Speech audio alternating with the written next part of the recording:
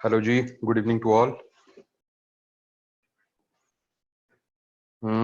आज हम कंटिन्यू कर रहे हैं विद द लिक्विड सॉल्यूशन।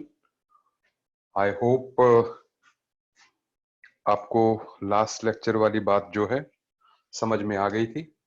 ठीक है, सो लास्ट लेक्चर में हमने जो है किया था that is relative lowering of vapour pressure.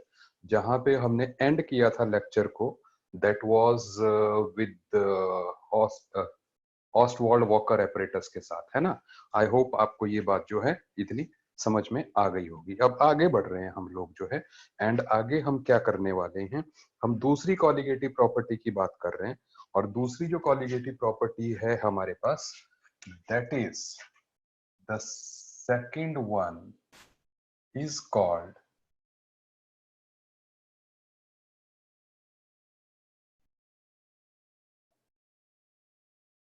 elevation in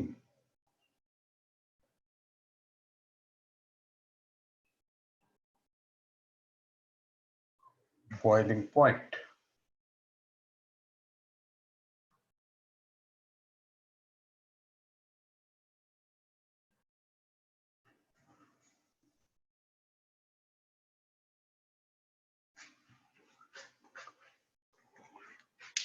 सब तक मेरी आवाज क्लियर आ रही है? बिल्कुल, any trouble?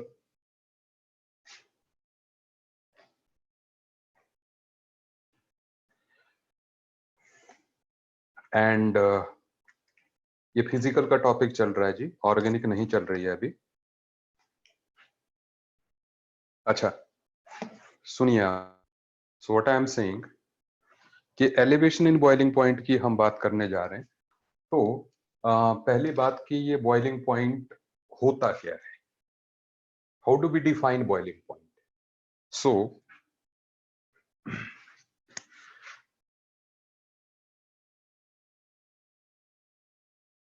The temperature at which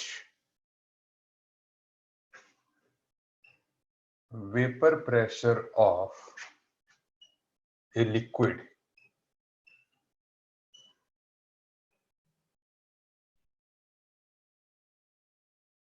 becomes equal to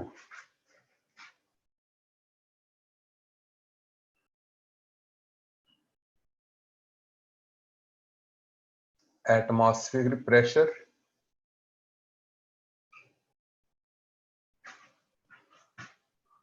or external pressure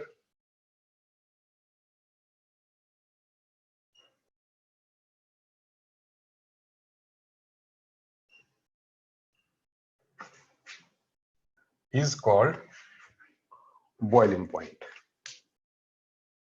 तो जिस टेम्परेचर पे जो है vapour pressure of the liquid becomes equal to external pressure is called the boiling point of that liquid. अब हमने boiling point को vapour pressure की terms में डिफाइन किया। आई होप सबको स्ट्रीमिंग सही जा रही है। कुछ मेरे को मैसेजेस आ रहे हैं।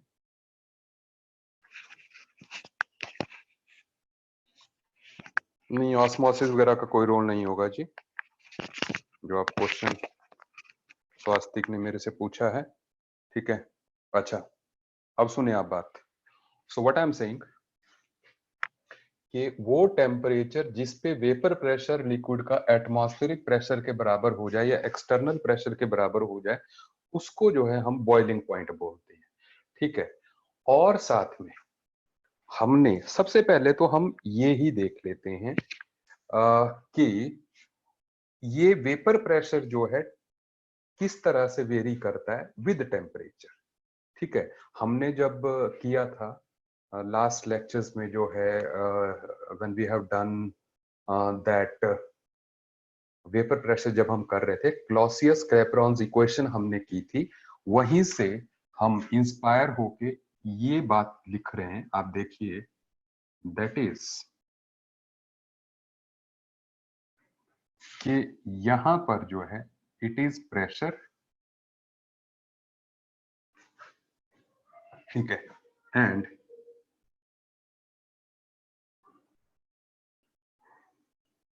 It is temperature. अब ये मान लीजिए आप जो है कि इट इज एक्सटर्नल प्रेशर, ये ठीक है, लेट इट बी 1 एटमॉस्फेयर। क्या आप मेरी बात समझ रहे हैं? तो अगर हमारा वेसल जैसे ओपन कंटेनर है, तो अब जो सॉल्यूशन है उसमें हमने कहा था कि टेम्परेचर के साथ this line will be like this, ठीक है। तो यहां पर आप देख सकते हैं कि जो वेपर प्रेशर है लिक्विड का, वो टेम्परेचर के साथ साथ बढ़ता जा रहा है, बढ़ता जा रहा है, ऐसे, ठीक है। तो दैट मीन्स ये, मान लो कोई लिक्विड है, प्योर लिक्विड है, जैसे वाटर है, प्योर वाटर हमने ले लिया, ठीक है ना। तो सपोज ये जो लाइन है ये है प्योर लिक्विड की,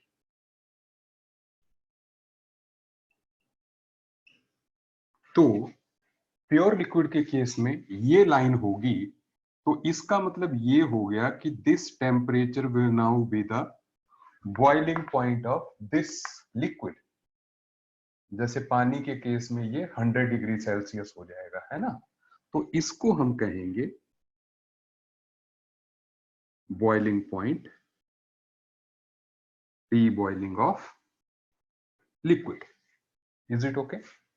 अब इसके बाद सभी को क्लियर दिख रहा है? एक मिनट।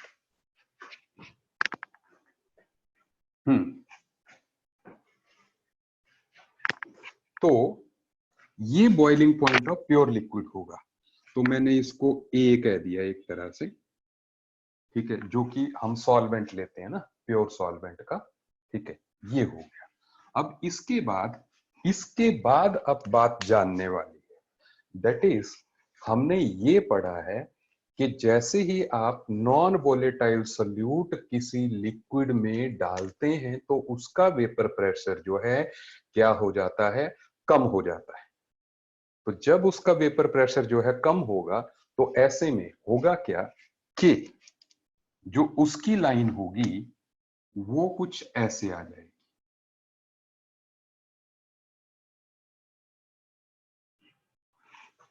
बोलो आएगी कि नहीं? देन उसकी जो लाइन होगी वो ऐसे आएगी, क्योंकि एक पर्टिकुलर टेम्परेचर पे जो है उसका वेपर प्रेशर जो है कम हो जाएगा, तो इसलिए ये जो है हमारी सॉल्यूशन की लाइन होगी।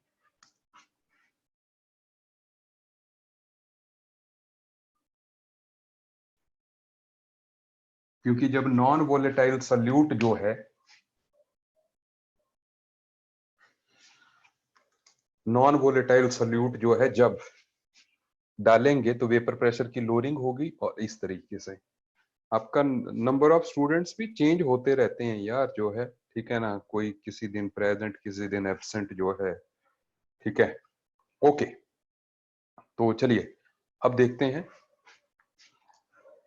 अब इसमें भी अटेंडेंस लगानी पड़ेगी कि कौन कौन जो है प्रेजेंट थे, है ना। ओके, तो अब इसमें आप जो है देखिए कि सॉल्यूशन है, ये जो है यहां पे जाके जो है मिलेगा, मतलब आप देख रहे हैं जो हमारा सॉल्यूशन है वो हायर टेम्परेचर पे जाके जो है मिलेगा 1 एटमॉस्फेरिक प्रेशर के साथ। इसका मतलब इस टाइम पे it is the boiling point of solution. सही बात है। सो आप यहां पे देख भी पा रहे हैं कि यहां पर ये क्या हो गई, एलिवेशन हो गई। ये जो डिफरेंस है, this difference in boiling point, this is called delta TB. तो एक तरह से जो डेल्टा टीबी है that is equal to T boiling of solution minus P boiling of solvent, pure solvent. Is it okay? ठीक है, सुनते जाइए आप। तो अब इसमें जो है, अगर मान लो, सुनते जाइए, अगर मान लीजिए हमारे पास कोई और भी कंसंट्रेटेड जो है सोल्यूशन होता, जैसे मान लो ये 1 मोलर ग्लूकोज सोल्यूशन, अगर 1 मोलर की जगह जो है 2 मोलर होता तो ये लाइन और भी आगे जाती। सही बोल रहा हूं? तो जिस तरह से जो है टेम्परेचर बढ़े, इसकी कंसंट्रेशन बढ़ती जाएगी, उस तरह से जो है एलिवेशन इन बॉइलिंग पॉइंट और ज्यादा होती जाएगी। That means elevation in boiling point is directly proportional to concentration of the solution। ठीक है, तो इसलिए हम ये कह सकते हैं कि इस केस में delta TB is directly proportional to molality। small m stands for molality, ये हम पहले कह चुके हैं, ठीक है, सबको याद भी है ये। और मोलैलिटी में इसलिए ले रहा हूं यहां पे कंसंट्रेशन टर्म जो है, क्योंकि हमने पढ़ा है कि molality does not change with temperature, क्योंकि जब भी हम बॉइलिंग या फ्रीजिंग की बात करेंगे वहां पे टेम्परेचर का चेंज आएगा, बट हम नहीं चाहते कि हमारी जो कंसंट्रेशन टर्म है हम वो लें जो कि टेम्परेचर के साथ वेरी होती हो। तो मोलैलिटी क्योंकि वेरी नहीं होती है, इसलिए जो है हम मोलैलिटी ले रहे हैं। सुनते जाइए।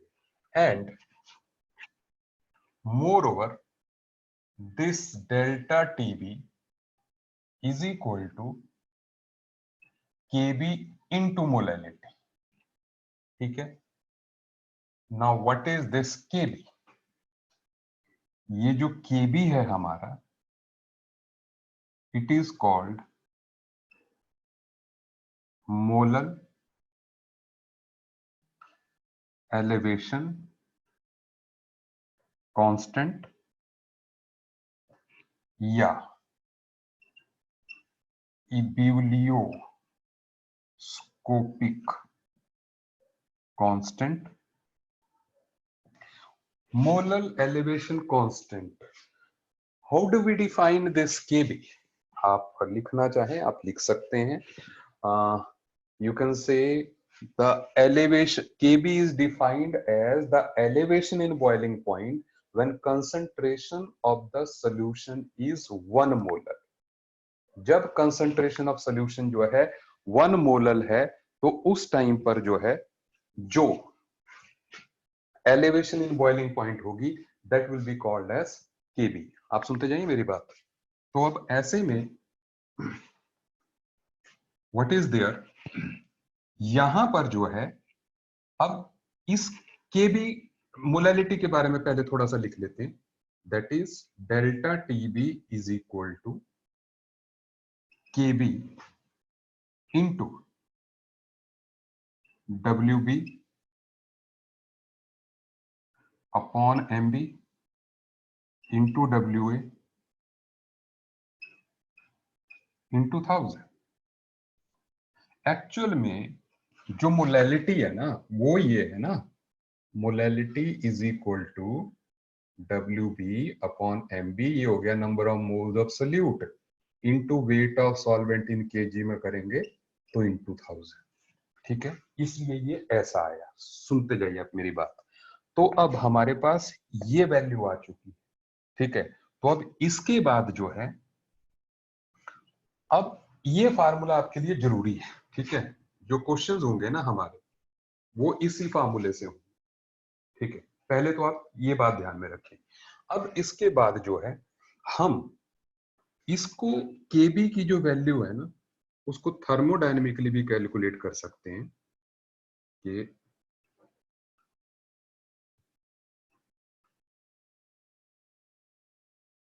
thermodynamically we can say KB is equal to RTB square 1000 into LV। Now what is this LV? LV is latent heat of vaporization. मैं यहां पर इसको लिख दे रहा हूं, it is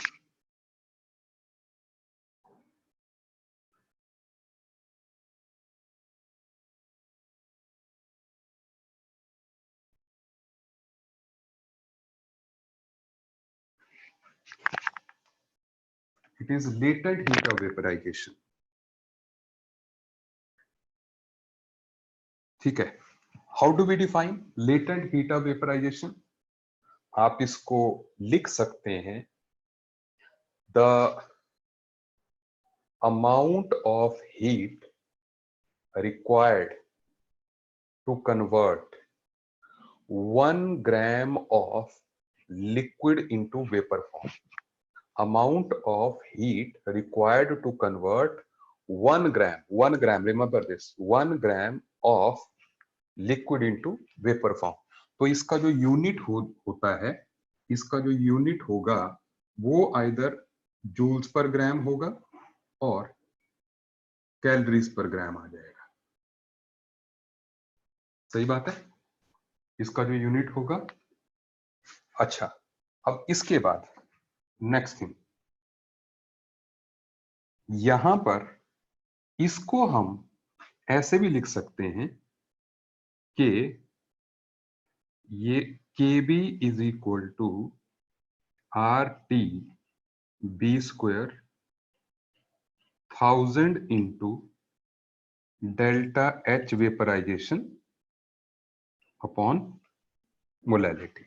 it is enthalpy of vaporisation.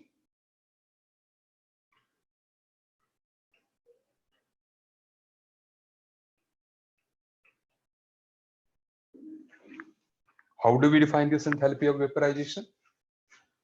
Easy.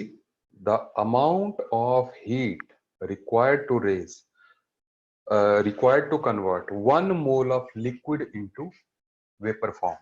तो एक तरह से जो हमारा यहां पर ये जो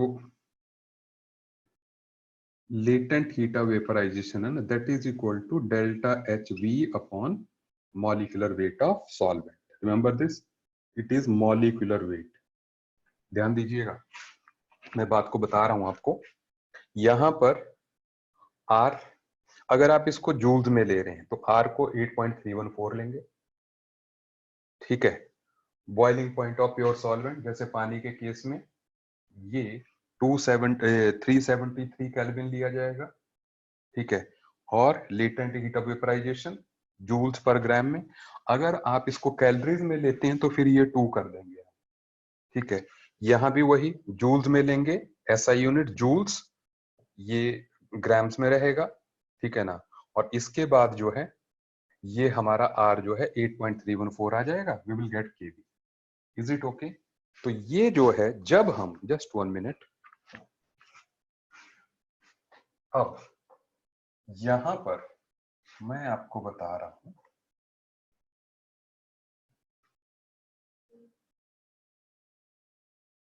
कि in case of water, for water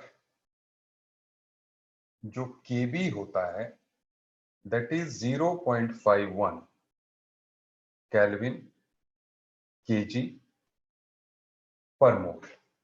ठीक है, वो तो इसका यूनिट हो ही गया।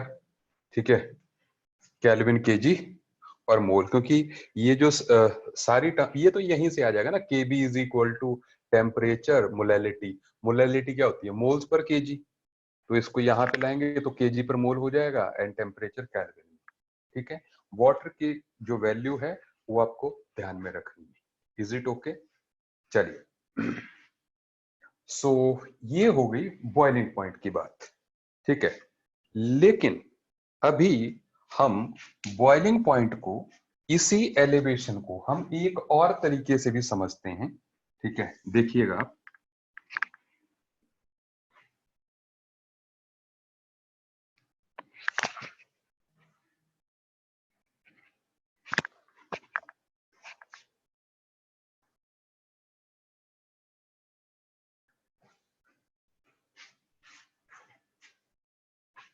TB and delta TB are different. TB is boiling point.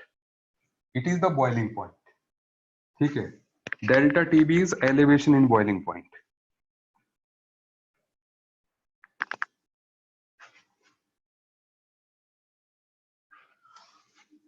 मतलब आप अगर सिंपल वर्ड्स में समझना चाहें ना, जैसे मान लो प्योर वाटर का बॉइलिंग पॉइंट है जी 100 डिग्री सेल्सियस, ठीक है, और जब उसमें ग्लूकोज मिला दिया मान लीजिए तो उसका बॉइलिंग पॉइंट हो गया सपोज 105 डिग्री सेल्सियस. सो टीबी तो 100 हो गया, ठीक है, लेकिन डेल्टा टीबी हो गया 5. 105 माइनस 100, तो डेल्टा टीबी इज 5. ठीक है, इसलिए अब सुनते जाएं आप बात. मैं एक और तरह से आपको बता रहा हूं.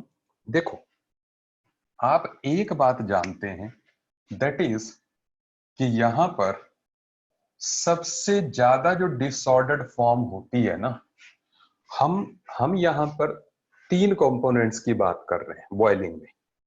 किस किस की? वेपर्स की, सॉल्यूशन की और सॉल्वेंट की. तो मोस्ट जो रैंडम फॉर्म होगी ना वो होगी वेपर. ठीक है, तो इसलिए जो है ये जो लाइन है, let it be entropy of vapours. सुनते जाइए. और उससे जो कम होगी that will be this, let it be entropy of solution. सही बोल रहा हूं जी? ठीक है, और जो सबसे कम एंट्रोपी वाला होगा दैट इज प्योर लिक्विड.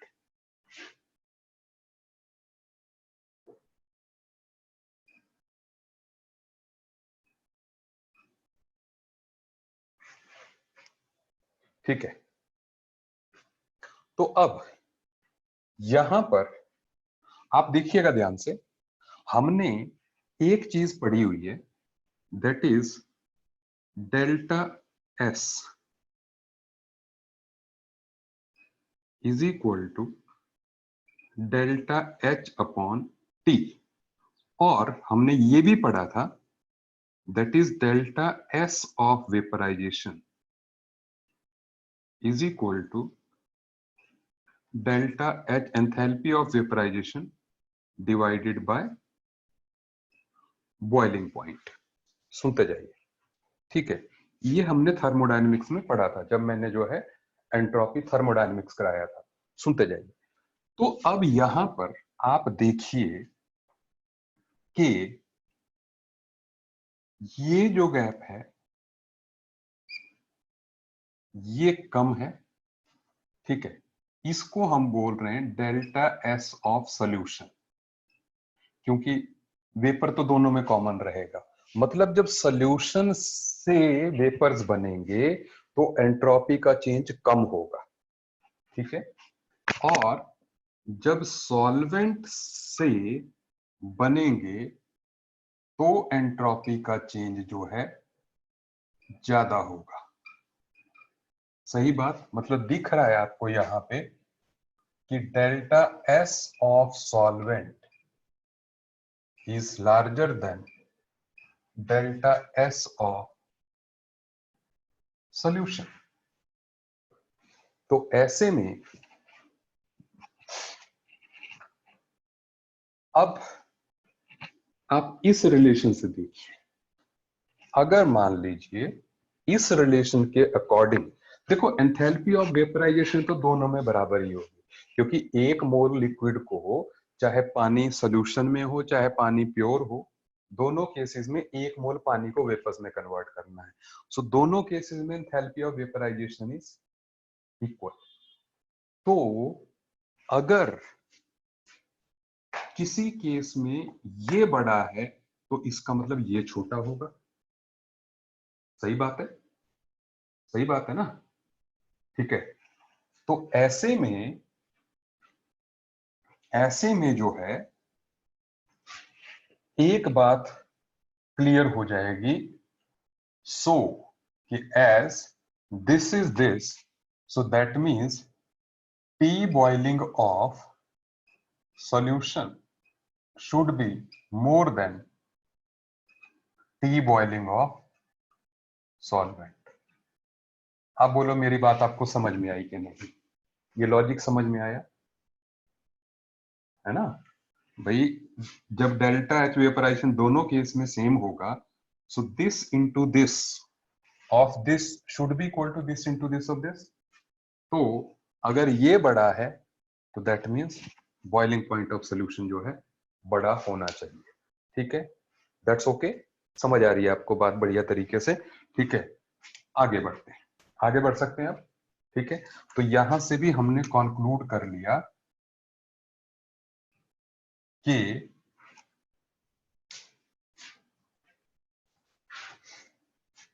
जो बॉइलिंग पॉइंट ऑफ सोल्यूशन जो है ज्यादा होगा। ओके,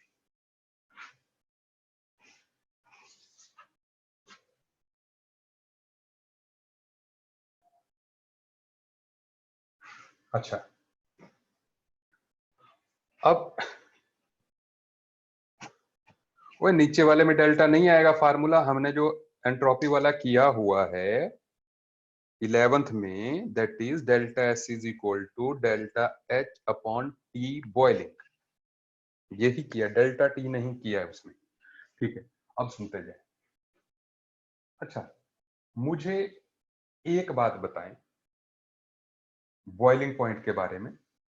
जैसे सपोज आपको मैं एक सवाल ही दे रहा हूं, जैसे मान लो यहां पर we are creating a situation कि दो लोग हैं, ये यहां पर हमारा जम्मू हो गया,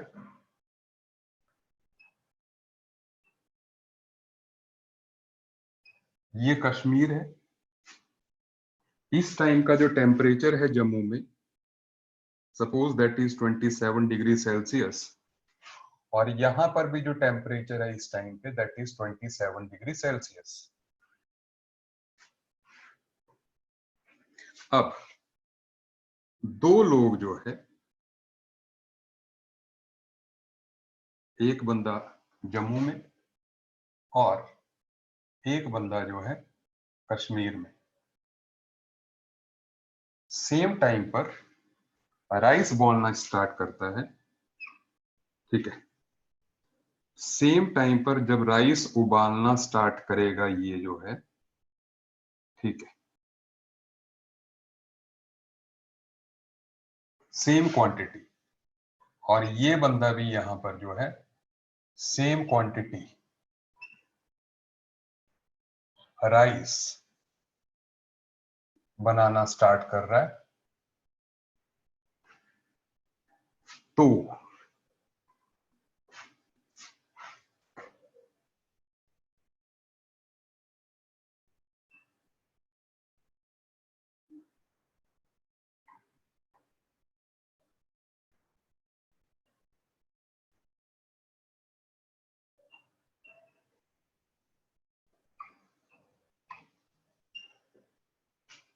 late him be A, let him be B, तो किसके राइस पहले बनेंगे?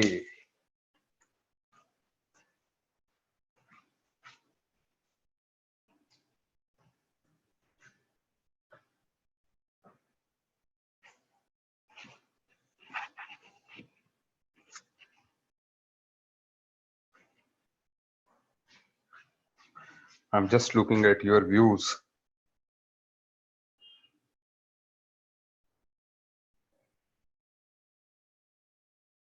अच्छा, कश्मीर वाले के बट प्रॉपरली कुक नहीं होंगे, क्यों? कश्मीर वाली क्वालिटी खराब है? मैं बोल रहा हूं किसके प्रॉपरली पकेंगे। ठीक है,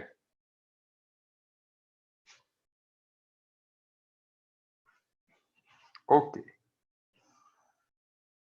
तो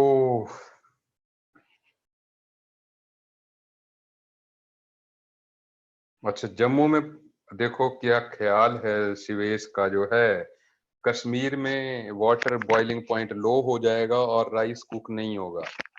मतलब कश्मीर में लोग चावल ही नहीं बनाते, है ना, कच्चे चावल खाते हैं वो।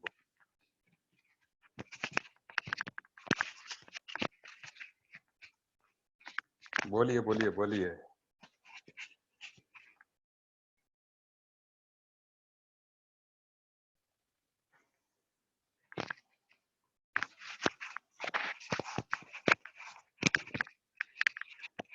ओए रुद्र जवाब दे तू।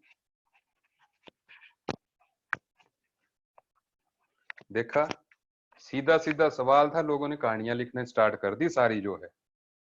ठीक है, आंसर जम्मू या कश्मीर ही आना था, ए या बी। ठीक है, लेकिन सुनिए, अब बात सुनिए। देखो भाई, ये हम समझते हैं कि यहां पर जो एटमॉस्फेरिक प्रेशर है, मान लीजिए सपोज वो एक एटमॉस्फेयर है, और यहां पर हमने मान लिया कि एटमॉस्फेरिक प्रेशर जो है 0.8 एटमॉस्फेयर है। ये डिफरेंस रहेगा ना, आपने इसी बात से पकड़ा, यही पॉइंट ऑफ डिफरेंस है दोनों जगह पे, टेम्परेचर तो हमने सेम कर लिया। लेकिन अब मामला क्या है, देखो, पहली बात हमें यह समझनी है कि जो राइस है वो पानी के उबलने से नहीं पकते हैं, राइस जो है टेम्परेचर से पकते हैं।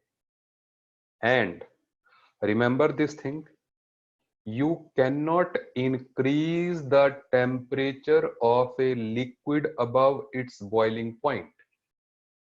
अगर आप कोई स्पेशल कंडीशन नहीं लगाते हैं तो खुले बर्तन में आप कभी भी पानी का टेम्परेचर जो है 100 डिग्री सेल्सियस से ज्यादा नहीं कर सकते।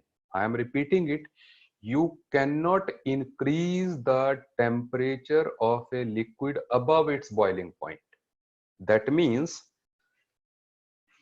यहां पर जो बॉइलिंग पॉइंट होगा वाटर का, वो है मान लीजिए 100 डिग्री सेल्सियस। सुनते जाइए, फॉर एग्जांपल, तो यहां पर जो बॉइलिंग पॉइंट ऑफ वाटर होगा वो कितना होगा, that is 95 degree Celsius. I am just taking the big difference just to show. ठीक है, ये 99.5 भी हो सकता है, but I am taking a big difference कि यहां 100 दैट मीन्स के जम्मू में, देखो, जो गैस बर्नर है उसको 95 से 100 में आने में डिफरेंस ज्यादा टाइम नहीं लगेगा, लेकिन यहां पर जो पानी है उसका टेम्परेचर 100 होगा, लेकिन ये कभी 95 से ऊपर नहीं जाएगा। दैट मीन्स यहाँ पे 95 डिग्री सेल्सियस पे राइस पकना स्टार्ट हुआ और यहाँ पे 100 पे हुआ, तो दैट मीन्स 100 डिग्री सेल्सियस पे the rice is getting more heat, इसलिए इस वाले का खाना जल्दी बनेगा। क्या आप मेरी बात समझ रहे हैं? मतलब पानी का बॉईल होना जरूरी नहीं है, टेम्परेचर जरूरी है। इस ये टेम्परेचर पानी का 100 डिग्री सेल्सियस रहेगा, यहाँ पे टेम्परेचर 95 रहेगा, तो 100 वाला जो खाना है वो जल्दी बनेगा। Is it okay? ठीक है, ओके। तो इसलिए मैंने मैंने कह दिया, आई थिंक बॉईल करना is not an issue, boil करना इशू नहीं है भाई, टेम्परेचर इज द इशू। ठीक है, बॉयल तो आप ऊपर वैक्यूम कर दो तो ऐसे ठंडा पानी भी उबलने लग जाएगा। ठीक है, तो इसलिए जो है boiling is not the issue, temperature is the issue. Done, आगे बढ़ रहा।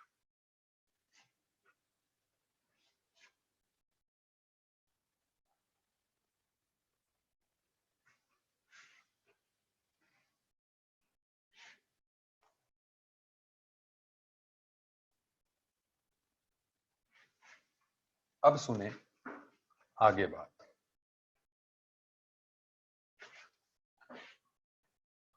तो ये तो की हमने बॉइलिंग पॉइंट की बात, अब हम आ रहे हैं फ्रीजिंग पॉइंट की तरफ। So the third colligative property जिसकी हम बात करने जा रहे हैं that is called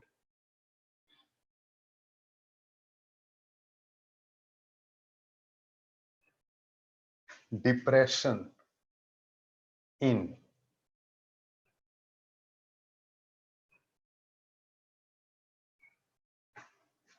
freezing point.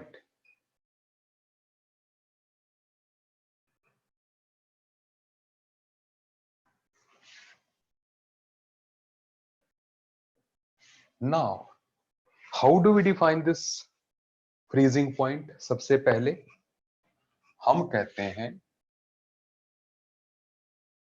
the temperature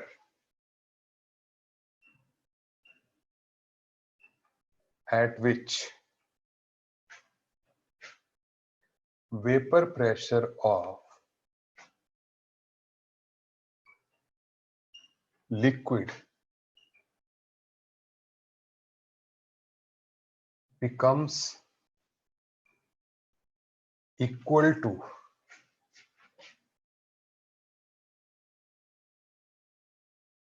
solid. ठीक है, तो पहली बात तो ये आ जाती है कि सॉलिड्स का वेपर प्रेशर होता है भाई, लिक्विड्स का तो हमने सुना है ना, लिक्विड्स है वेपर प्रेशर, लेकिन सॉलिड्स का, क्योंकि पहले तो हमने अभी कहा बॉइलिंग पॉइंट के केस में तो समझ आ गया कि vapour pressure of liquid atmospheric pressure के बराबर हो गया, लेकिन यहां पर जो है लिक्विड का वेपर प्रेशर सॉलिड के बराबर हो जाए, ये कैसे हो रहा है? तो इसके लिए जो है हमें समझना पड़ेगी बात को कि लिक्विड का सॉलिड के बराबर कैसे हो रहा है। आपने नेप्थलीन बॉल्स देखी है ना, जो नेप्थलीन बॉल्स होती हैं जब तक पैकेट में होती हैं, वो चाहे आप उनको 1 साल तक रखे रखो सील डाउन, ठीक है, वो जैसे कि तैसी रहती है, लेकिन जैसे ही आप उनमें एक होल कर देते हो या थोड़ा सा फाड़ देते हो पैकेट को, कुछ टाइम में जो है वो डिफ्यूज आउट हो जाती है, खत्म हो जाती है टैबलेट्स। आपको पता है कि नेप्थलीन जो है उसमें क्या होता है, सब्लिमेशन होती है कि सीधे सॉलिड से गैस में जाता है। तो सॉलिड से गैस तो वो बंद पैकेट में भी जा सकता था, लेकिन बंद पैकेट में क्या होता था कि the amount of naphthalene balls converting into vapor form were equal to converting back into solid form, इसलिए जो है वो इंटैक्ट थी, अभी कोई प्रॉब्लम नहीं थी। लेकिन जैसे ही आपने ओपन किया वो डिफ्यूज आउट होती गई, सब्लिमेशन होती गई, लेकिन जो वापस आने के लिए क्योंकि एटमॉस्फेयर में चले गए उनके फ्यूम्स, तो इसलिए जो है वापस नहीं आ रहा था, वो अपना एटमॉस्फेयर में वेपर प्रेशर ही नहीं मेंटेन कर पा रही, तो इसलिए वो डिफ्यूज आउट होती जाएंगी, सबलाइम होती जाएगी। Is it okay? ऐसे ही मतलब है जैसे आप बर्फ को लाते हो, बिल्कुल फ्रिज से बर्फ लाइए, सनलाइट के सामने आपको दिखेगा, उसके भी फ्यूम्स दिखेंगे आपको निकलते हुए, है ना? तो दैट हैज वेपर प्रेशर, ठीक है, बर्फ का भी वेपर प्रेशर होता है, पानी का भी होता है, ठीक है, ओके। चलिए हम बात को आगे बढ़ा रहे हैं, ठीक है, कुछ आपके चैट्स में देख रहा था, बिल्कुल बिल्कुल ठीक है। अब सुने, तो अब हम बात को समझते हैं ग्राफ की फॉर्म में, जैसे हमने जो है बनाया था बॉइलिंग के केस में। तो यहां पर ये है प्रेशर और ये है टेम्परेचर, ठीक है। जो एक सॉलिड का जो लाइन है ना वेपर प्रेशर की, वो इस तरह से होती है, इट इज फॉर सॉलिड। सुनिए, जैसे आइस आप मान लीजिए, तो क्योंकि प्रेशर और टेम्परेचर हमने लिक्विड्स में तो वही रहेगा सेम, ठीक है, तो ऐसे में अगर हम प्योर वाटर का निकालेंगे तो ये लाइन ऐसी आएगी, pure solvent. So that means this point, at this point दोनों के वेपर प्रेशर बराबर हो गए, तो it is freezing point of solvent. सही बात, पानी का फ्रीजिंग पॉइंट है। लेकिन आप जानते हैं कि जो सॉल्यूशन है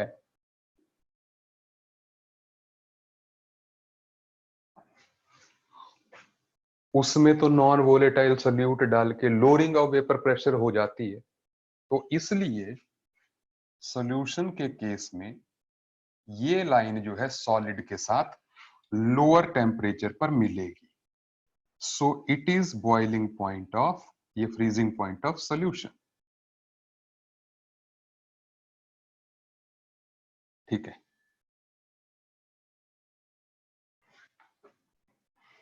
तो it is called delta TF, where ये जो डेल्टा टीएफ है that is TF of solvent. Remember this, solvent का ज्यादा है तो इसलिए, एंड टीएफ ऑफ सॉल्यूशन। क्या आप मेरी बात समझ रहे हैं? ठीक है, तो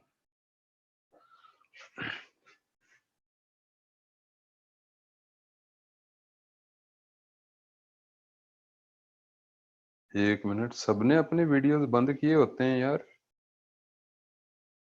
बड़े दिन हो गए आपको देखे हुए।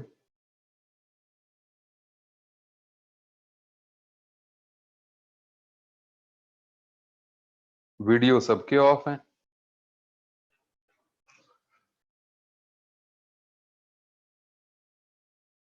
सारे लोगों ने हमें कार्टून करेक्टर लगा रखे हैं, कोई भी नहीं है लाइव वीडियो पे।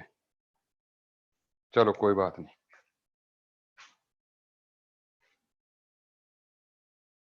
अच्छा, शर्म आती है? ऐसा क्या, अर्धनग्न अवस्था में बैठा है तू?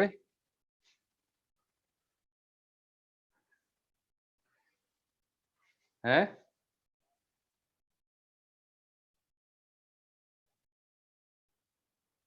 Okay, no problem.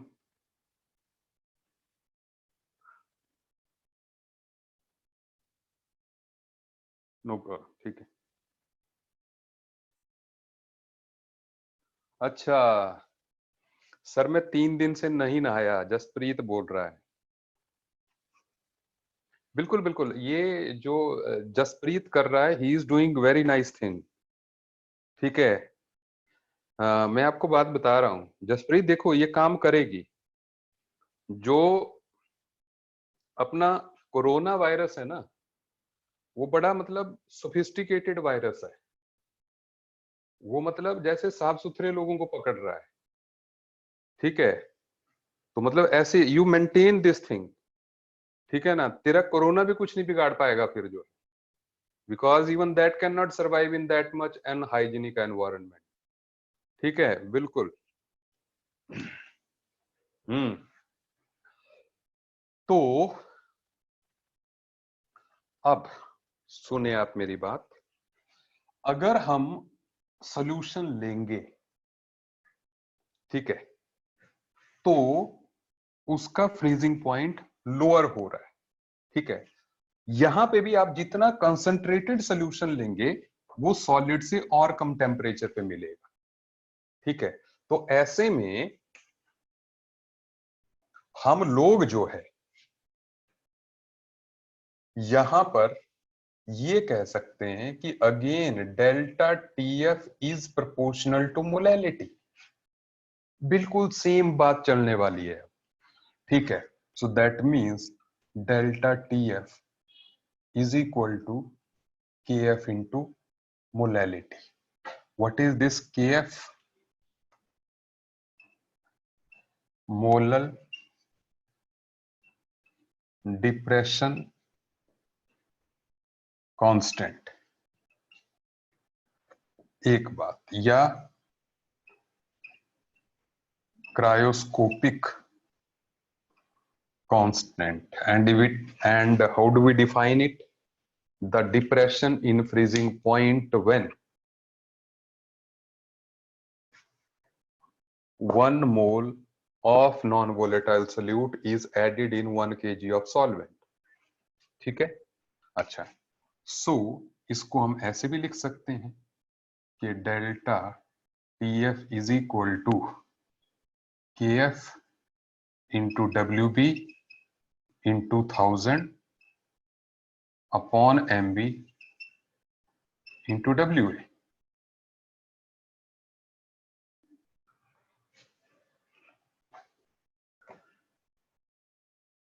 ठीक है, और इसके बाद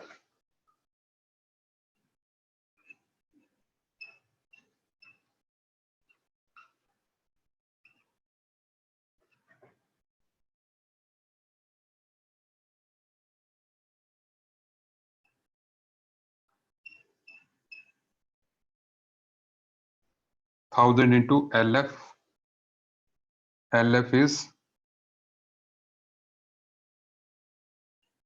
latent heat of fusion, it is equal to RT F square 1000 into delta H fusion into molecular weight। ठीक है, it is freezing point of solvent। ठीक है, so this term, and for water KF is 1.86 Kelvin kg per mole। ठीक है, जल्दी से note down कर लीजिए इसको, आगे बढ़ रहे हैं हम।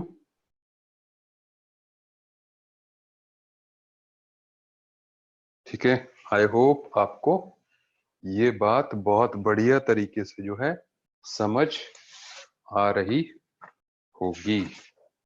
अब हम टाइम नहीं वेस्ट करेंगे हम यहाँ पर। ठीक है, तो अब हम आगे की बात करते हैं।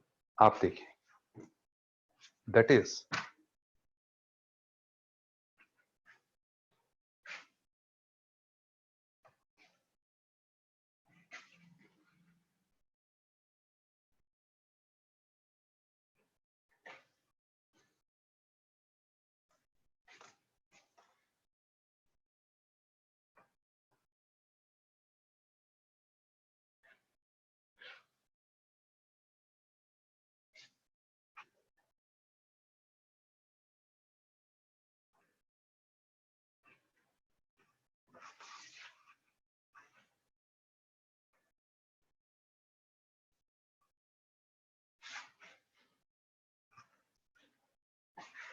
हम बॉइलिंग, दिस फ्रीजिंग पॉइंट और बॉइलिंग पॉइंट से रिलेटेड एक क्वेश्चन देखते हैं। ठीक है, फिर बात करते हैं आगे की। सुने आप बात, एक बहुत बढ़िया सवाल जो है मैं डील कर रहा हूं।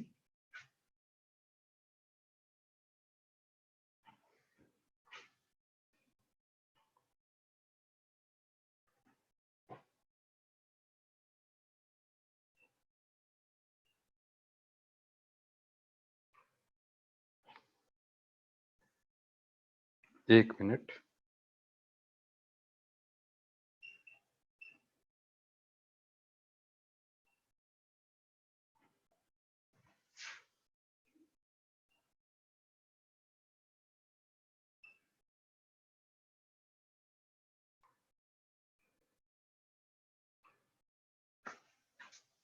जिनको यूरिया का नहीं पता फार्मूला, उनकी सुविधा के लिए आई एम राइटिंग।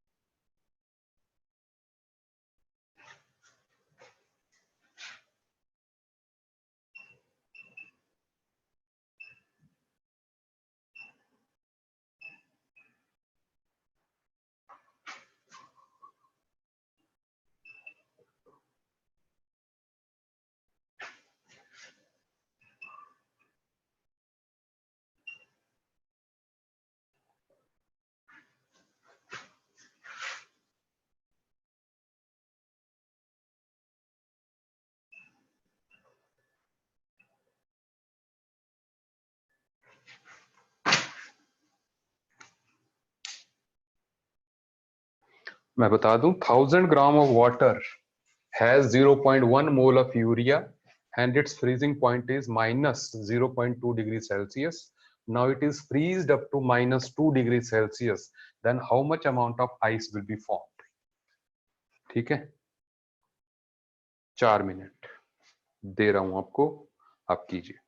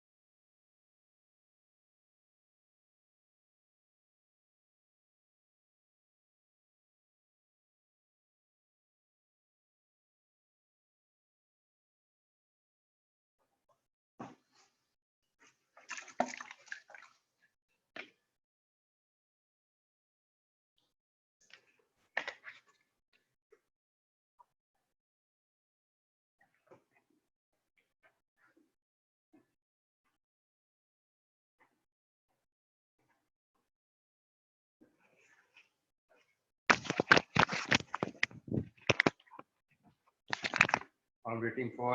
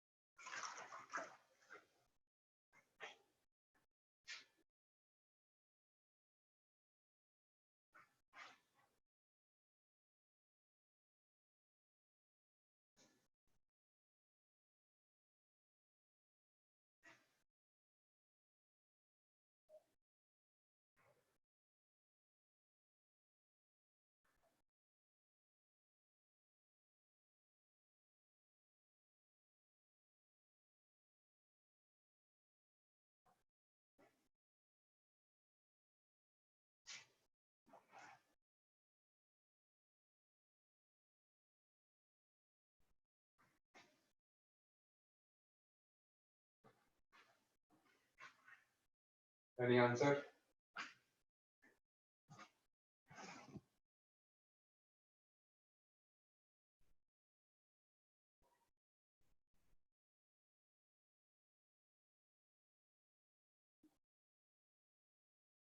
मैं देख रहा हूं कई लोगों को इशू आ रहा है weight of ice. Nice nice nice, क्या बात है यार, सही है। आकृति ने, रिया ने, वेरी नाइस। सुहानी ने भी सही दिया है, गुड गुड गुड। 100 नहीं, सुहानी ने गलत दिया है, 103, ठीक है ना। आकृति ने सही दिया, रिया ने सही दिया, आर्यन शर्मा ने सही दिया, गुड। आनवी ने दिया सही, स्वास्तिक ने दिया, तरुण ने दिया, वेरी नाइस, बहुत बढ़िया यार, खुश कर दिया आप लोगों ने, ठीक है ना, बहुत बढ़िया, वेरी नाइस।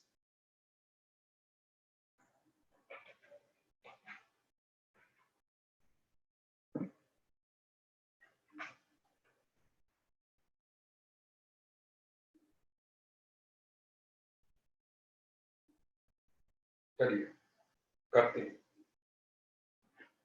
क्वेश्चन करते हैं, है ना। आप ध्यान से समझिएगा बात को पहले। देखो क्वेश्चन में आप एक बात समझिए,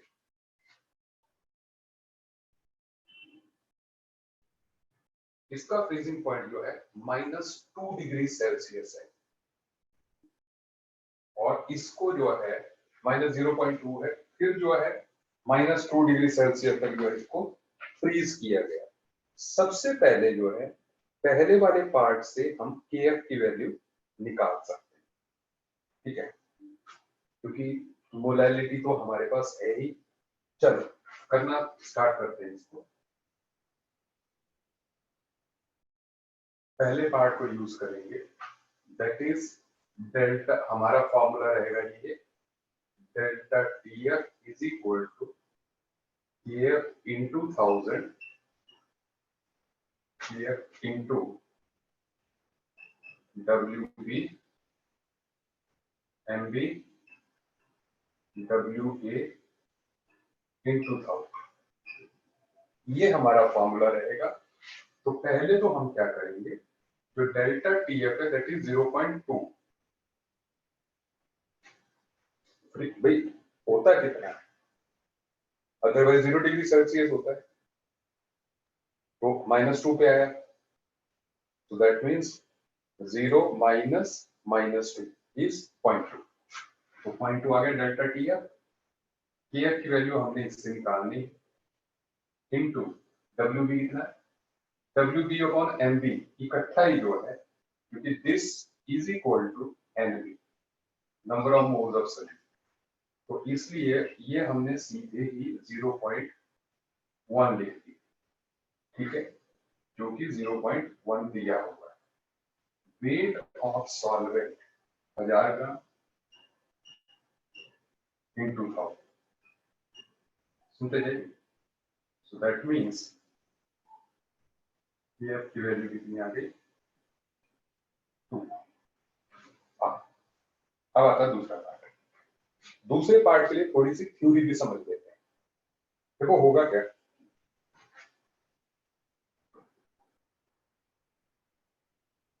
जब आप इस सॉल्यूशन को रखेंगे, मान लो ये सॉल्यूशन है ना, इसका फ्रीजिंग पॉइंट है -0.2, तो जब आप इसको ठंडा करने लगोगे, जैसे मान लो 25 डिग्री पे है ये, फिर 20 पे करोगे, 15 पे करोगे, 10 पे आएगा, फ्रिज में रखा हुआ ना जैसे, ठीक है, फिर 10 पे आएगा, 5 पे आएगा, 0 पे आएगा, ये 0 पे भी फ्रीज नहीं होगा, फिर माइनस में टेम्परेचर हम ले जाने लगे, तो टेम्परेचर आ गया मान लो -0.2, क्योंकि इसका फ्रीजिंग पॉइंट उतना है, तो अभी तक ये फ्रीज नहीं होगा। लेकिन जैसे ही फ्रिज का टेम्परेचर जो है इससे नीचे जाएगा, या ये फ्रिज में रखा हो, तो इसका अपना लिक्विड का जो टेम्परेचर है वो 0.2 से नीचे जाएगा, तो बर्फ बनना स्टार्ट होगा। सुनते जाइए, इंटरेस्टिंग बात आ रही, तो बर्फ बनना स्टार्ट होगी, और जब बर्फ बनी, जो बर्फ बनेगी, जैसे मान लो बर्फ यहाँ पे इतनी सी बर्फ बन, ये बन गई आइस हमारी।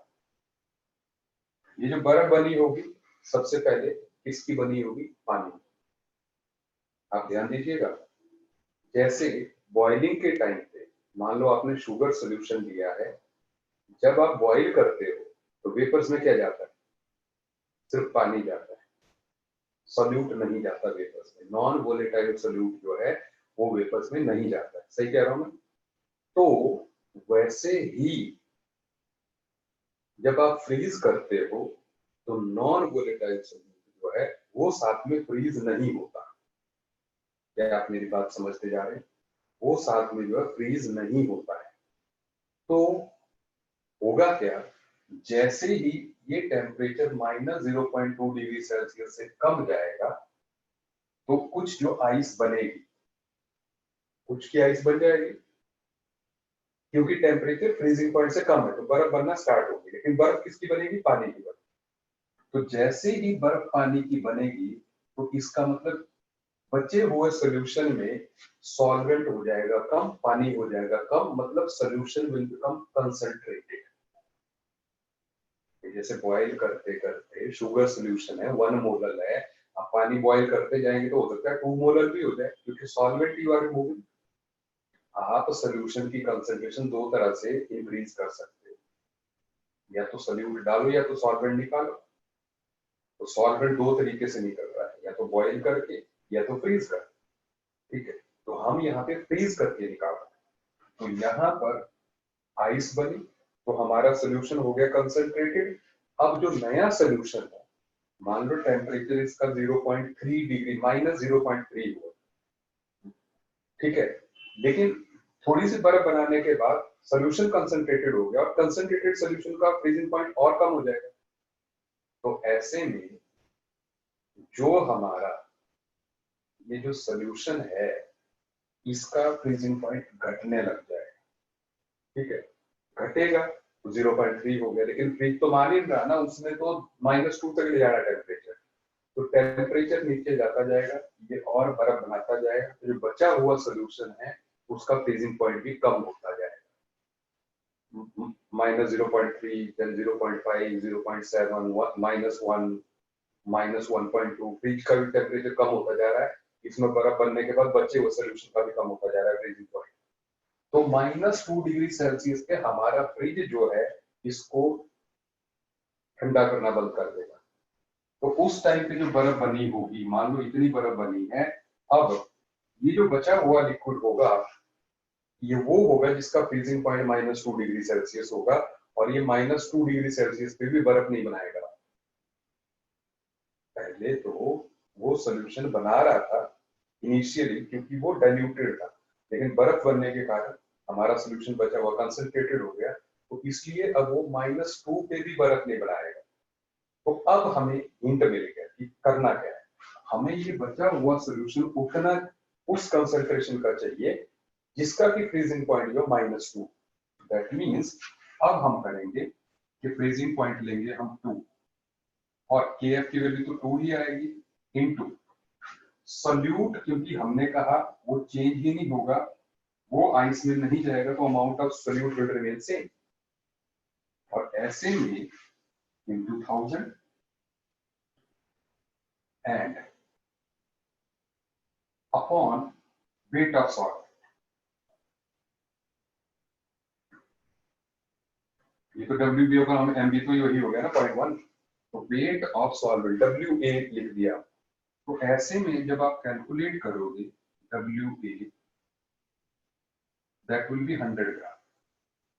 दैट मीन्स 100 ग्राम पानी जो है यहाँ पर रहना चाहिए, और 0.1 मोल्स जो है यूरिया के होंगे, तो तब जो है इसका पॉइंट फ्रीजिंग पॉइंट जो 2 पे आ जाएगा, तब वो 2 पे भी फ्रीज नहीं होगा। दैट मीन्स बर्फ कितने की बनी होगी? वेट ऑफ बर्फ फॉर्म्ड इज इक्वल टू, पहले कितना पानी था?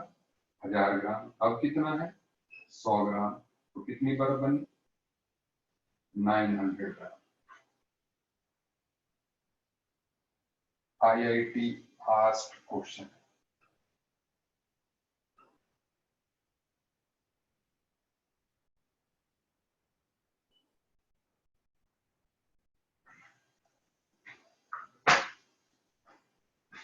Is it okay? So this is how the weight of ice formed will be calculated. ठीक है, तो सब्जेक्टिव क्वेश्चन ही पूछा गया था ये। ठीक है, तो आई होप आपको ये बात समझ में आ गई होगी इतनी जो है, ठीक है। तो आज के लिए इतना ही करते हैं। Do you have the package of liquid solution? जल्दी से हाँ ना बोलिए। नहीं है, कोई बात नहीं, बस अभी अपलोड हो रहा है। विद इन 1 आवर जो है you will be getting the package uploaded, ठीक है। एक बार मेरा वीडियो देख लेना रोहित, इस वीडियो को फिर से देख लेना एक बार जो है, ठीक है। तो you will be getting the idea. फिर कोई डाउट होगा तो मुझे बताना, ठीक है, कि मैं अपलोड कर रहा हूँ इस वीडियो को थोड़ी देर में, ठीक है। तो आपको क्लियर हो जाएगा ये डन। चलिए ओके जी, बाय बाय, मिलते हैं नेक्स्ट क्लास में, ठीक है। Thank you.